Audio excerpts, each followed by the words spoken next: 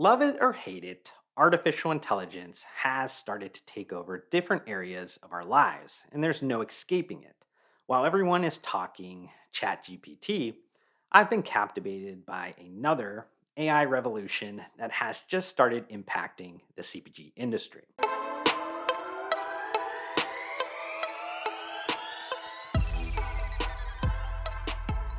Did you know that some of the influencers you follow might not be even real?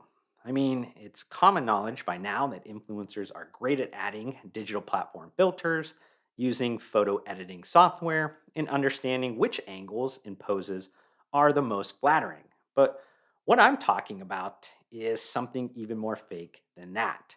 Virtual influencers are computer generated characters that can be human like with realistic features, personalities, and characteristics. While they're not yet mainstream, they are certainly growing in popularity, with some of them amassing millions of followers and equally large earnings from paid brand partnerships, some of them within the CPG industry.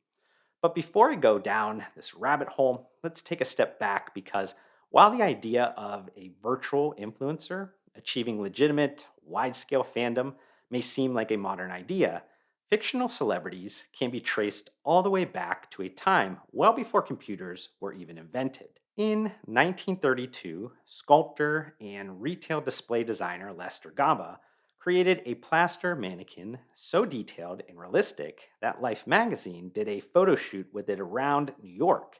Brands like Tiffany's and Cartier sent the mannequin its latest jewels and fashion to wear. And believe it or not, the mannequin received fan mail, invitations to real life events, and the news reported on its death after falling out of a salon chair.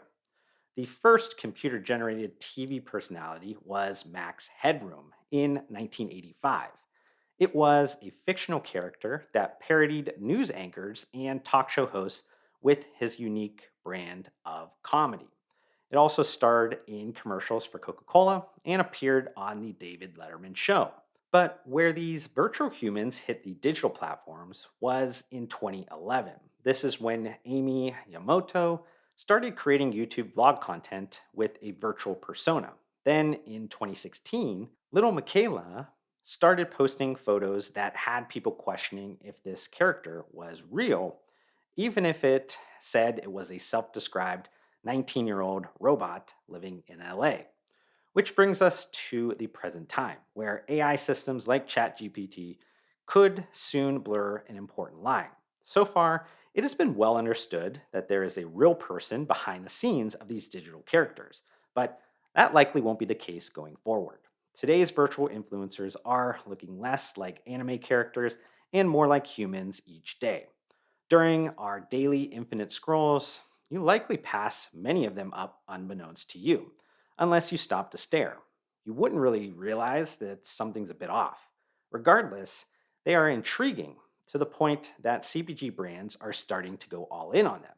The best example of this extreme use by a CPG brand outside of creating virtual versions of brand mascots would be with Maria Margarita.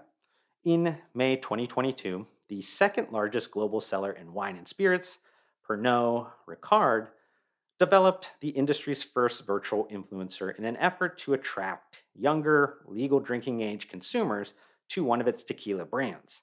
Leadership at the company stated, as perceptions of tequila continue to evolve, we spotted an opportunity to strengthen the brand's position even further. We've got big ambitions to accelerate our global growth, and this can only be done through disruption.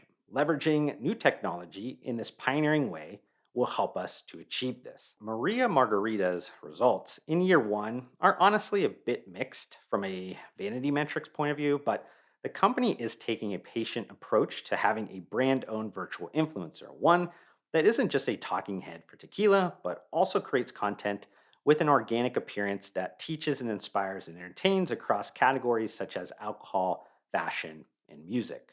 But even if your CPG brand isn't at this all in point with virtual influencers, it shouldn't minimize the importance of this emerging trend and how it will continue to impact the CPG industry. So let's cover some of the benefits of working with an existing virtual influencer. For one, you won't have to deal with emotions or attitude, and they can work 24/7, 365 without any breaks.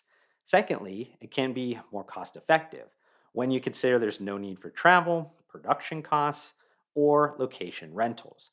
And then lastly, virtual influencers can allow a brand to broaden their creative horizons by executing on unique campaigns that catch the eye. And if things do go wrong, it's usually much easier to fix mistakes compared to with a real person.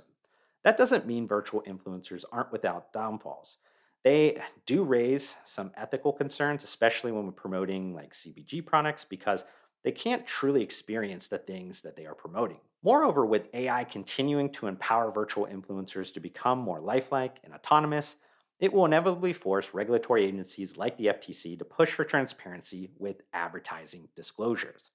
And while virtual influencers have their own appeal for certain brands seeking to align themselves with technology, it doesn't align with the kind of current strategic direction of CPG brands bending over backwards to be more authentic and relatable to their customers.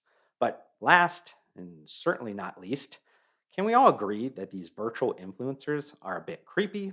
I'm certainly not in the camp that despises them, though, and I must keep an open mind as a strategist, especially when considering a possible future path of society. Yes, the buzz around the metaverse has subsided, even though Mark Zuckerberg is still spending billions each quarter to be best positioned for when we all become virtual humans.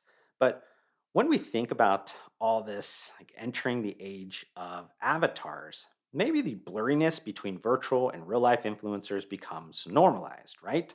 But I just want to kind of end on some quick final thoughts. Whether you or I like it or not, Pandora's box was opened a long time ago on virtual influencers.